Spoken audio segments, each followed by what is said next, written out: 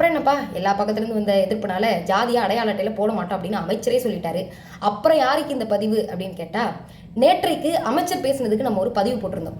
அந்த பதிவில் full video பார்த்துட்டு வந்து பேசுங்க, அவர் ஒன்றும் அப்படி பேசலை, அவர் பேசுனதில் தப்பு இல்லை அப்படின்னு மூச்சு பிடிக்க முட்டு கொடுத்த முற்போக்குவாதிகளுக்கு தான் இந்த வீடியோ.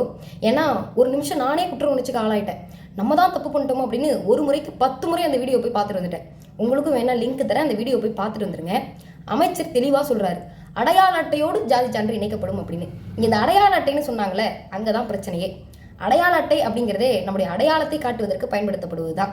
அப்போ அதில் ஜாதி இணைச்சி நான் இந்த ஜாதின்னு அடையாளம் காட்ட சொல்கிறீங்களா? இல்லை ஜாதியும் ஒரு அடையாளம் தான் அப்படின்னு அண்ணன் நைட்டோட நைட்டாக ஏதாவது அரசாணை கொடுத்துட்டாரா? கேள்வி வருது இல்லை. எங்களுக்கு மட்டும் இல்லை, முற்போக்கு பேசக்கூடிய ஜாதி ஒழிய வேண்டும் என்று சொல்லக்கூடிய எல்லோருக்கும் இந்த கேள்விதான் வரும். அமைச்சர் செங்கோட்டையன் ஒன்றும் நேற்றைக்கு அரசியலுக்கு வந்தவர் இல்லை, இப்போதான் ஆனாவனா படிச்சுட்டு இருக்கிறாரு. ஒரு 6 மாதம் டைம் கொடுங்கன்னு நீங்கள் கேட்குறதுக்கு. ஒரு பழுத்த அரசியல்வாதி பொது வெளியில் இவ்வளவு அலட்சியமாக பேசுவது கண்டனத்திற்குரியது தான். அதனால் முட்டு கொடுக்கலாம், ஆனால் மூச்சு பிடிக்க கொடுத்தா உங்களோட நிலைமை என்ன ஆகும் அப்படிங்கிறத உங்களுடைய அறிவுக்கே விட்டு விடுகிறேன். அனைத்து கட்சி தோழர்களுக்கும் ஒரே ஒரு வேண்டுகோள் தான், அவரவர் சார்ந்திருக்கக்கூடிய கட்சி அவரவருக்கு முக்கியம்தான், இல்லைன்னு சொல்லலை. ஆனால் அதை விட முக்கியம் தமிழ்நாட்டினுடைய எதிர்காலம்.